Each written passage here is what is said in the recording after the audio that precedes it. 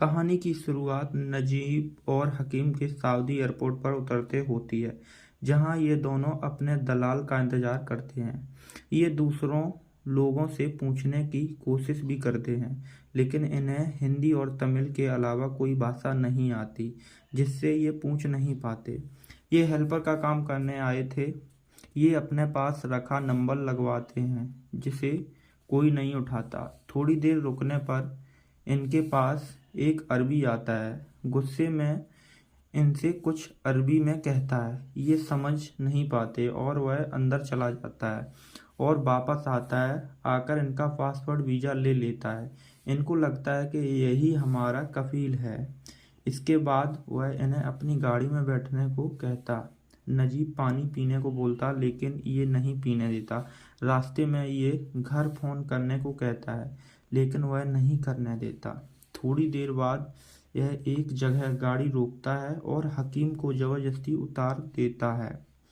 इसके बाद यह नजीब को दूसरी जगह दूर रेगिस्तान में बाड़े में उतारता है, जहाँ एक और अरबी होता है।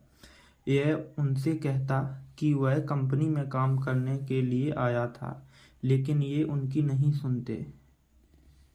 थोड़ी देर बाद नजीब एक बूढ़े आदमी को देखता है और उससे बात करने की कोशिश करता है।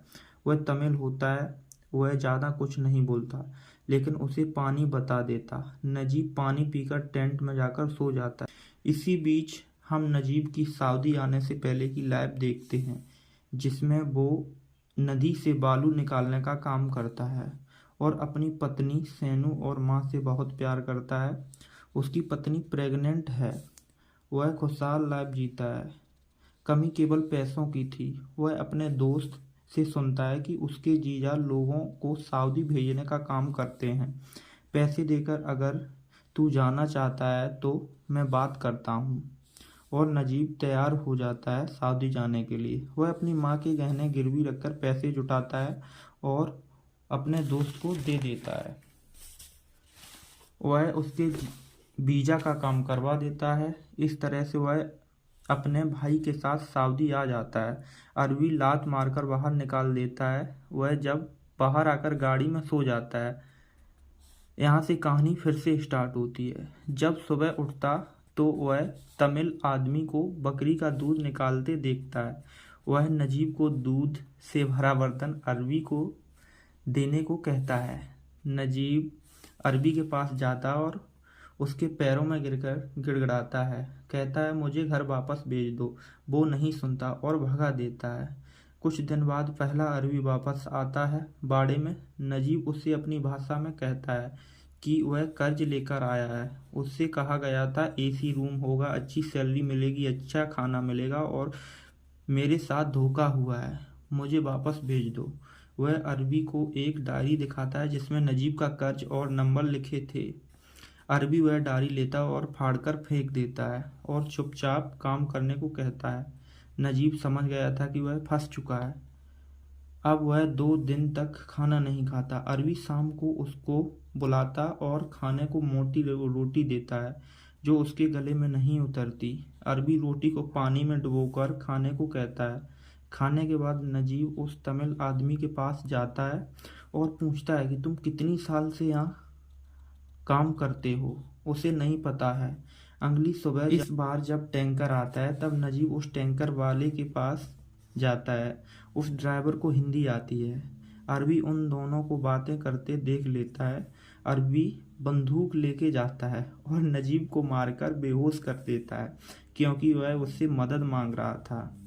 अगली सुबह जब नजीब की आंखें खुलती हैं तो वह अरबी उसे बकरियों को दूध निकालने को कहता है। वह तमिल को देखता, आसपास वह नहीं दिखता।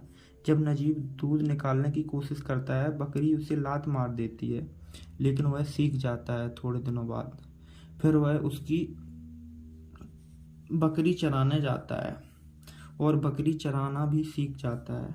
ना जाने कितने दिन बीत जाते हैं। उसके चेहरे पर बड़ी बड़ी दाढ़ी आ जाती है। वह जब गाड़ी का शीशा देखता है तो खुद को पहचान नहीं पाता। यह बहुत ही बड़ा इमोशनल मोमेंट होता है मूवी का। अगले दिन नजीब जब ऊँट चरा रहा होता है तो उसे आसमान में गिद्ध दिखते हैं। जब वह पास जाता है तो वह तमिल आदमी के हाथ में पड़े कड़े से उसे पहचान लेता है। गिद्ध उसे खा रहे होते हैं। वह आदमी था जो अरबी के यहाँ काम करता था। यह बहुत डरावना था। वह समझ जाता है कि अगर वह रुका तो इसी की तरह उसका भी हाल होगा। अगले दिन नजीब जब बकरियां चराने जाता है तो वह भागने की कोशिश करता है, लेकिन अरबी अपने ऊंट पर बैठकर उसे देख लेता है और नजीब की मारकर टांग तोड़ देता है, जिससे वह भाग ना सके। नजीब अब पूरी तरह हिम्मत हार चुका था। कई दिनों बाद बकरी चराते समय बारिश होने लगती है। नजीब बकरियों को ले जाकर एक पहाड़ के पीछे छुप जाता है। देखता है उसके नीचे एक रास्ता था। नजीब उस रास्ते से दूसरी तरफ जाता है। वहां देखता है एक और आदमी बकरी चर रहा था। नजीब उसके पास जाता है। वह कोई नहीं, उसका भाई हकीम ही था। न जाने कितने महीने और साल बाद एक दूसरे को देखते हैं और एक दूसरे को गले लगा लेते हैं और रोने लगते हैं। ये बहुत ही इमोशनल मोमेंट होता है मूवी का। तभी हकीम आ जाता है, उसके हकीम का जो उसका भाई था। वह नीचे पहुंच जाता है। उसे देखते ही हकीम जाने लगता है। अगर उसके कपिल ने देख लिया तो बहुत मारेगा और दूर कर देगा। कुछ दिनों बाद हकीम अपने अफ्रीकी दोस्त के साथ नजीब को मिलाने लाता है और नजीब को बताता है उसका नाम कादरी है, जो उसकी भागने में मदद करेगा, क्योंकि वह पहले भी वहाँ काम कर चुका होता है। वहाँ के उसे रास्ते मालूम होते हैं। कादरी उन्हें बताता है कि कुछ दिनों बाद कफील की बेटी की शादी है। उस दिन यहाँ कोई नहीं होगा। उस दिन हम साथ भाग जाएंगे। शादी की सुबह सभी अरबी चले जाते हैं। नजीब अपने कपड़े उतारकर पानी की टंकी से जाता, नहाता और अपने पुराने कपड़े जो साथ लाया था पहनता है और उन सभी बकरियों ऊँटों को खाना डालता, पानी भर देता है और उनसे बोलता है मैं जा रहा हूँ हमेशा के लिए। बहुत ही इमोशनल मोमेंट होता है मूवी का। तभी हकीम और कादरी आ जाते हैं और तीनों निकल जाते हैं। आज़ादी की उम्मीद लेकर रेगिस्तान में उन्हें दूर दूर तक कोई नज़र नहीं आता। चलते चलते रात हो जाती है। सुबह फिर उठते हैं और चलना शुरू करते हैं। प्यास से उनका गला सूखने लगता है। हकीम को थोड़ी दूर पर पानी दिखता है, लेकिन जब वह पास पहुंचता है तो पता चलता है कि वह धूप में चमकती हुई रेत थी, जो जिसे वो पानी समझ रहा था। वहां पर एक पानी की वजह से मरा हुआ ऊंट दिखाई पड़ता है। अब यह रास्ता भटक चुके थे। वह सूरज की दिशा में चलना शुरू करते हैं। धूप और प्यास से उनकी हालत खराब हो चुकी थी और हकीम की भूख प्यास से तड़पते हुए मौत हो जाती है। नजीब अपनी आंखों से सामने अपने भाई को मरता देखता है, पर कुछ कर नहीं पाता। कादरी उसे हिम्मत दिलाता है। कई कठिनाइयों के बाद उन्हें रेगिस्तान में पानी दिखता है। कादरी नजीब को एकदम पानी पीने से रोकता है और फिर धीरे धीरे कपड़ा भिगोकर पानी पिलाता है। कादरी को एक बोतल मिल जाती है। वह इस बोतल में पानी भर लेता है और थोड़ी देर आराम करने के बाद फिर चल देते हैं। रात बिताने के लिए दोनों एक जगह रुकते हैं, पर जब अगली सुबह नजीब की आंख खुलती है तो वह देखता है कादरी वहां नहीं था। केवल पानी की बोतल रखी हुई थी।